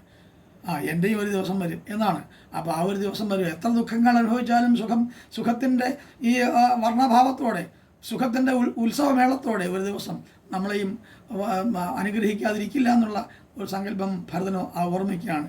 ഇങ്ങനെ ഭരതൻ അപേക്ഷിച്ചപ്പോൾ ഹനുമാൻ ചിത്രകൂടത്തിൽ നിന്നും ഭരതൻ അയോധ്യയിലേക്ക് മടങ്ങിപ്പോകുന്ന ശേഷം ഉണ്ടായ വിവരങ്ങൾ വിസ്തരിച്ചു എന്ന് പറഞ്ഞാൽ ഒരുപാടങ്ങ് വിസ്തരിക്കാൻ സമയമില്ല, സംക്ഷേപിച്ച് വിസ്തരിച്ചു. അതിന് പ്രധാന പോയിന്റുകൾ മാത്രം അങ്ങനെ പറഞ്ഞു. ആ പറഞ്ഞ കാര്യങ്ങളെല്ലാം ശരിക്കും മനസ്സിലാക്കി. സന്തോഷഭരിതമായ അന്തരീക്ഷം. അല്പനേരത്തിനുള്ളിൽ ആകാശത്തിൽ ചന്ദ്രബിംബം എന്ന പോലെ പുഷ്പക വിമാനം പ്രത്യക്ഷപ്പെട്ടു. പുഷ്പകം എന്ന വിമാനവും കൂടി ഇനി തിരിച്ചു കിട്ടിയല്ലോ. രാവണനെ വധിച്ചു കഴിഞ്ഞപ്പോൾ പുഷ്പവിമാനം ബാക്കിയായി. പുഷ്പകത്തിന് ജീവനുള്ളതായിട്ടാണ് രാമായണത്തിൽ നമ്മൾ കാണുന്നത്. സംസാരിക്കുന്നു പുഷ്പകം എന്ന വിമാനം, സംസാരിക്കാൻ കഴിവുള്ളതാണ്. അപ്പോൾ ആ പുഷ്പവിമാനം ഇനി രാമനെയാണ് സേവിക്കുക, രാമൻ്റെ ആവശ്യങ്ങൾക്കാണ് ഞാൻ ജീവിക്കുന്നത്, അങ്ങയുടെ പാദസേവയാണ് എനിക്ക് ഇനി കരണീയമായിട്ട് ഉള്ളത് എന്ന് പറഞ്ഞു. ഏറെക്കാലം ഞാൻ ദുർവിധിയിൽ ഇങ്ങനെ കഴിഞ്ഞുകൂടുകയായിരുന്നു എന്നൊക്കെ പുഷ്പകം പറയുന്ന ഭാഗമുണ്ട്. എന്തായാലും പുഷ്പവിമാനം അന്തരീക്ഷത്തിൽ പ്രത്യക്ഷപ്പെട്ടു. സൂര്യനെ പോലെ തേജസ്സോടുകൂടിയ ബ്രഹ്മദേവൻ്റെ സങ്കല്പം കൊണ്ട് സൃഷ്ടിക്കപ്പെട്ടതാണ് ഈ പുഷ്പവിമാനം. കുബേരന് വേണ്ടി ഉണ്ടായിക്കൊടുത്തതാണ്.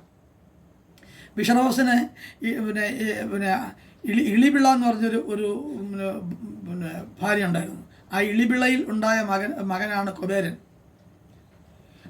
അങ്ങനെ അദ്ദേഹത്തിൻ്റെതായിരുന്നു പണ്ട് ലങ്ക. ആ ലങ്ക പിടിച്ചടക്കി കഴിഞ്ഞപ്പോൾ ഇങ്ങനെ അമരാവതിയിൽ പോയി വലിയൊരു രാജധാനി ഉണ്ടാക്കി താമസിക്കുക. അദ്ദേഹത്തിൻ്റെ വക പുഷ്പവും കൂടി അന്ന് ലങ്കയിൽ നിന്ന് കൊടുക്കാതെ രാവണൻ പിടിച്ചു വച്ചിരുന്നു. അയിളിപിളി എന്നാണ് പിന്നെ ഈ കുബേരൻ്റെ വേറൊരു പേര്, വിശേഷപ്പെട്ടൊരു പേരാണ്. ഇളപിള എന്നാണ് പിന്നെ ഈ കുബേരൻ്റെ പിന്നെ അമ്മയുടെ പേര്, വിശ്വവസൻ്റെ ആദ്യ ഭാര്യ. അത് കഴിഞ്ഞ കുറേ കാലം കഴിഞ്ഞപ്പോഴാണ് കൈകസി എന്ന രാക്ഷസ സ്ത്രീക്ക് ഈ വിശ്വവസനോട് താല്പര്യം തോന്നുകയും അങ്ങനെ അവരെ പരിഗ്രഹിച്ചതിൻ്റെ ഫലമായിട്ട് മക്കളുണ്ടാവുകയും ചെയ്തത്. അത് ദുഷ്ടജന്മങ്ങളായതുകൊണ്ടാണ് ഈ 4 പേര് അങ്ങനെ ജനിക്കുകയും അതിലൊന്ന് മാത്രം വൈഷ്ണവ തേജസ്സായിട്ട് വരികയും ഒക്കെ ചെയ്തു, വിഭീഷണനായിട്ട് ജനിക്കുകയൊക്കെ ചെയ്തത്. അങ്ങനെ കഥയുണ്ട്. അപ്പോൾ എന്തായാലും അങ്ങനെ പുഷ്പവിമാനം അന്തരീക്ഷത്തിൽ പ്രത്യക്ഷപ്പെട്ടു. സൂര്യനെ പോലെ തേജസ്സോടു കൂടിയ ഈ വിമാനം, ബ്രഹ്മദേവൻ ഉണ്ടാക്കിയ ആ വിമാനം അടുത്ത് താഴേക്ക് വരുന്നു. ഇതാ വിമാനത്തിൽ ശ്രീരാമനും സീതയും ലക്ഷ്മണനും സുഗ്രീവനും എന്ന് പറയുന്നു.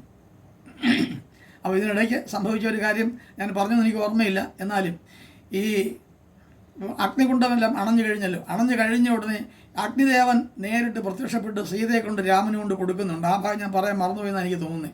എന്തായാലും ആ സീതയെ കൊണ്ട് കൊടുത്തിട്ട് ഇത് എൻ്റെ ഒരു ആജ്ഞയാണ് ഭഗവൻ, അങ്ങ് സ്വീകരിക്കണമെന്ന് പറഞ്ഞാൽ കൊടുക്കുന്നത്. ഇതെൻ്റെ ആജ്ഞയായി കരുതിക്കൊള്ളൂ എന്ന് പറഞ്ഞിട്ട് സീതയെ സ്വീകരിക്കണമെന്ന് പറഞ്ഞ് സീതയെ കൊണ്ട് കൊടുക്കുന്നുണ്ട്.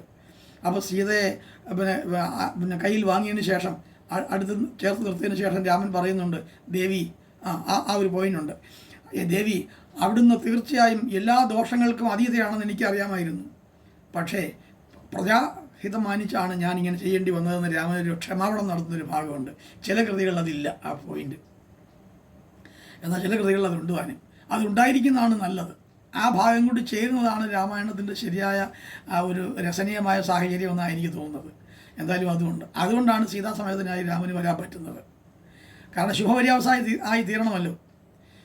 പിന്നെ ദുരന്തം ആവരുത്, ശുഭപര്യവസായിയായിട്ട് തന്നെ വരണം. ദുരന്തങ്ങളാണ് നമ്മൾ കാണുന്നില്ല. ട്രാജഡി കോമഡി എന്ന് 2 വാക്കുകൾ പറയും. പക്ഷേ അത് അത്ര ശരിയല്ല. നമ്മുടെ ഇതിനെ പറയും ശുഭപര്യവസായിയും അശുഭപര്യവസായിയായും. അത് ദുരന്തമായി മാറുന്നതാണ് നമ്മൾ സാധാരണ ഈ ട്രാജഡി എന്ന് പറയുന്നത്. കോമഡി എന്ന് പറഞ്ഞാൽ എന്താ, ഫലിതമെന്നല്ലേ? ഇവിടെ ഫലിതമല്ല, ഇവിടെ ശുഭപര്യവസായം, നന്മയായിട്ട് സന്തോഷമായിട്ട് വരികയാണ്. കോമഡി വേറെയല്ലേ അർത്ഥം, ഹാസ്യം എന്നാണല്ലോ. വിപരീതമായിട്ട് ഇംഗ്ലീഷുകാർ പറയാൻ 2 വാക്കുകൾ, ട്രാജഡി കോമഡി എന്ന് 2 വാക്കേ പറയുന്നുള്ളൂ എന്നാണ് എനിക്ക് തോന്നുന്നത്. അപ്പോൾ എന്തായാലും ശരി. അപ്പോൾ സീതയെ അന്ന് അങ്ങനെ ഈ അഗ്നിദേവൻ കൊണ്ടുവന്ന് കൊടുത്തു. ആ കൊടുത്തത് വാങ്ങിക്കൊണ്ടാണ് ഈ സീതാസമേതനായ രാമൻ ഇവിടെ പുഷ്പകത്തിൽ കയറി വരുന്നത്. അപ്പോൾ അങ്ങനെ സ്ത്രീകളും കുട്ടികളും യുവാക്കളും വൃദ്ധന്മാരും സന്തോഷത്തോടെ കീർത്തിക്കുന്ന ആ ശബ്ദം ആകാശം മുഴുവൻ മാറ്റിക്കൊണ്ടു. തേര്, കുതിര, ആന എന്നീ വാഹനങ്ങളിൽ നിന്ന് പടയാളികളൊക്കെ ഇറങ്ങി അയോധ്യയിലെ പൗരന്മാർ തിങ്ങിക്കൂടി.